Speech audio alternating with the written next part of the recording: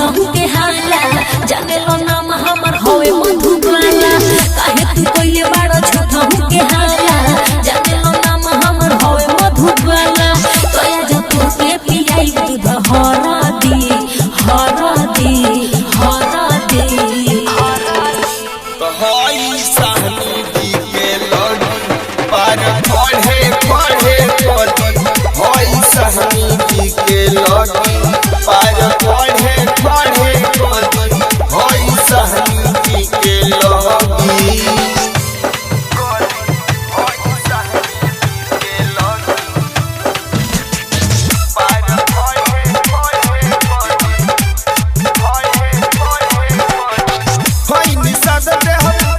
जाने लगा पूरा होई बदमाश हो तो हम उड़न बाज हई हो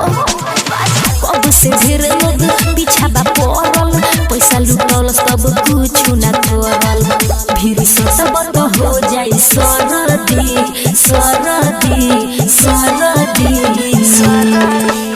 होई सहनी दी के लगी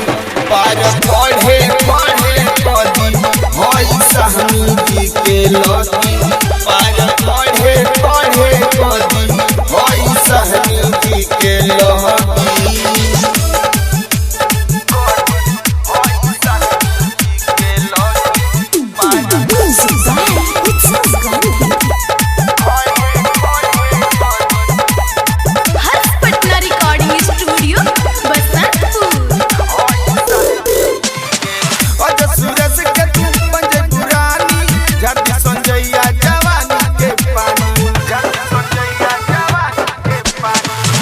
से बोनी नहीं कोनो कहानी झूठो के बाबू जनी करबा खानी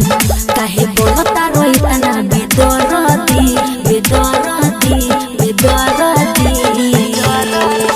तो होई सहनी दी के लगी पर पढ़े पढ़े पढ़ी होई सहनी दी के लगी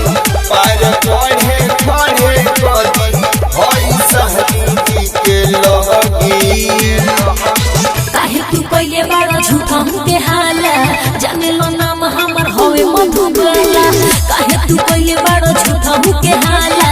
जाने लो नाम हमर होवे मधुबाला तोया जब तोके पियाई दूध हरदी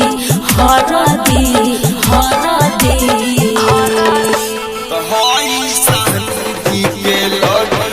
पर पढ़े पढ़े पढ़ी होई सहनी दी के लगी पर पढ़े पढ़े पढ़ी होई सहनी दी के लगी हर्ष पटना रिकॉर्डिंग स्टूडियो बसंतपुर।